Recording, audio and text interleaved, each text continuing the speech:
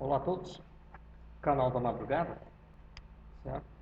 De hoje a gente vai verificar, certo, os pontos máximos, mínimos, certo, e de inflexão de uma função, tá bom? Eu já tenho ela resolvida, toda ela resolvida, até para nós colocarmos no tempo, mas vou explicar passo a passo, correto? Então, primeira coisa que eu faço quando eu tenho uma função, identificar que tipo de função tem. Eu tenho uma função aqui, no nosso caso, uma função cúbica, certo? Na 3. 3 significa cúbica. Bom? Bom, depois de identificado esse tipo de função, eu faço o meu passo inicial, certo? Que será a derivada primeira, certo? Eu vou fazer a derivada primeira, então a derivada de x ao cubo é 3x ao quadrado, derivada de 5 menos 5x ao quadrado é menos 10x, derivada de 7x é 7. Tá? Faço também, certo, a derivada segunda. A derivada segunda disto será 6x menos 10. Tá?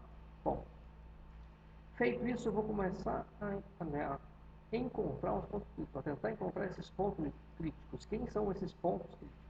Candidatos a máximos, mínimos, certo? Desta função. Vamos lá.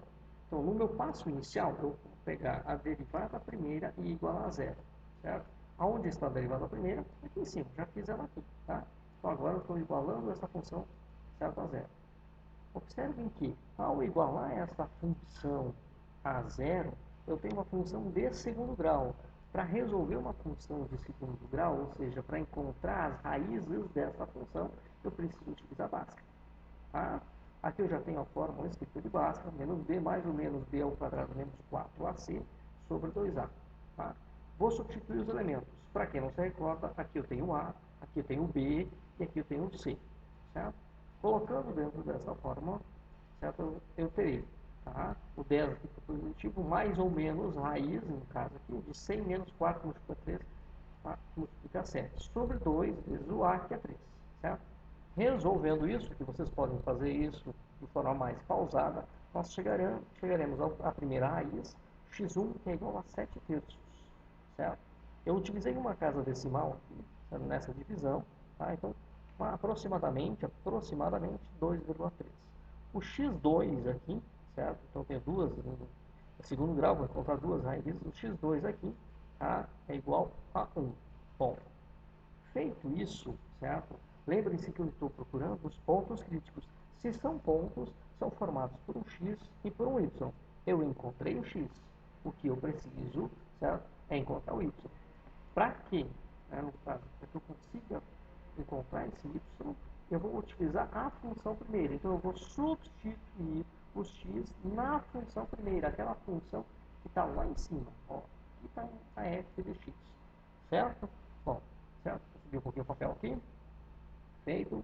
Bom, então, com a função e com os x, certo? São os dois que eu encontrei, eu vou substituir agora a função. Tá?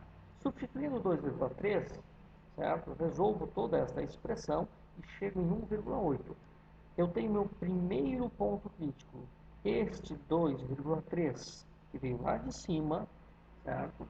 É o x. O 1,8 que eu acabo de encontrar o y. Eu tenho meu primeiro ponto crítico, meu PC1. Repito o processo para x igual a 1. Tá? Sendo x igual a 1, substituindo na expressão, eu chego a 3. Encontro o meu segundo ponto crítico, certo? PC2, 1,8 e 3. Até esse ponto, eu não sei se esses dois pontos críticos, e por isso eu chamo eles de pontos críticos, são pontos de máximo ou de mínimos relativos, certo? Bom, vamos lá, vou virar a folha agora. Para verificar se esses pontos são de máximo ou de mínimos relativos, eu faço uso da derivada segunda. Aqui está a derivada segunda que nós resolvemos lá no início, correto? Bom, para que serve a derivada segunda? A partir da resolução da derivada substituindo o x, eu consigo verificar a concavidade desses gráficos. Então, naquele primeiro ponto, certo? Que eu tinha 2,3 certo? E 1,8, eu estou substituindo 2,3 dentro desta derivada segunda. Está aqui. Eu substituí. Eu encontrei, certo, um valor positivo. Me importa mais o sinal, certo, do que propriamente o valor, tá?